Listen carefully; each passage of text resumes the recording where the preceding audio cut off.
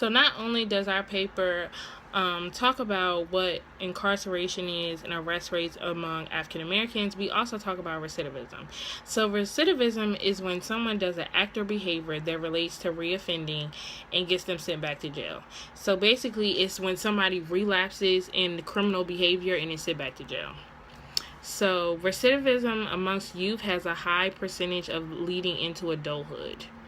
So, research done in 2010 showed that 30 to 40% of juveniles start to make crimes in their younger years and continue those crimes into their adult years, which is very scary to see that at a young age you're seeing these adolescents have these repeated bad behaviors.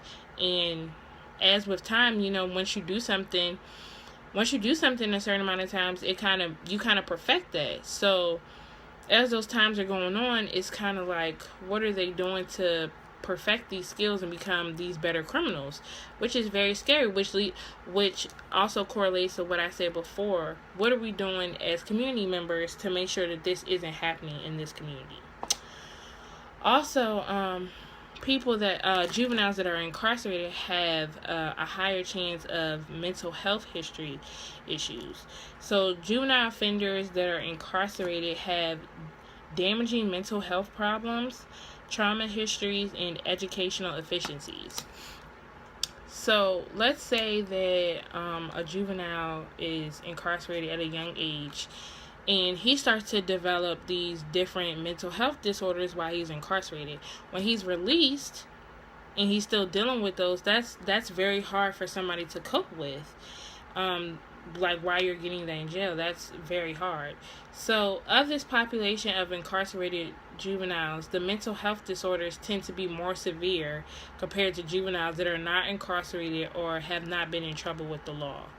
So saying that juveniles that are incarcerated, there's something going on while they're in jail, that their cognitive distortions are not on their best side.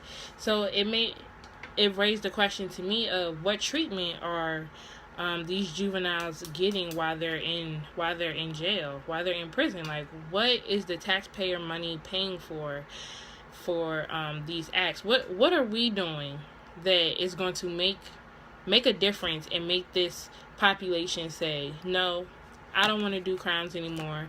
I want to be an upstanding member of the community. What are we doing?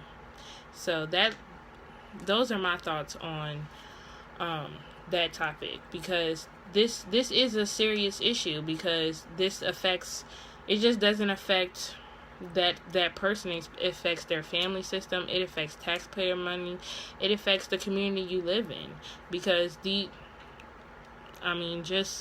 just saying, like, someone that steals, that could be somebody that steals from you, so it would affect you as well.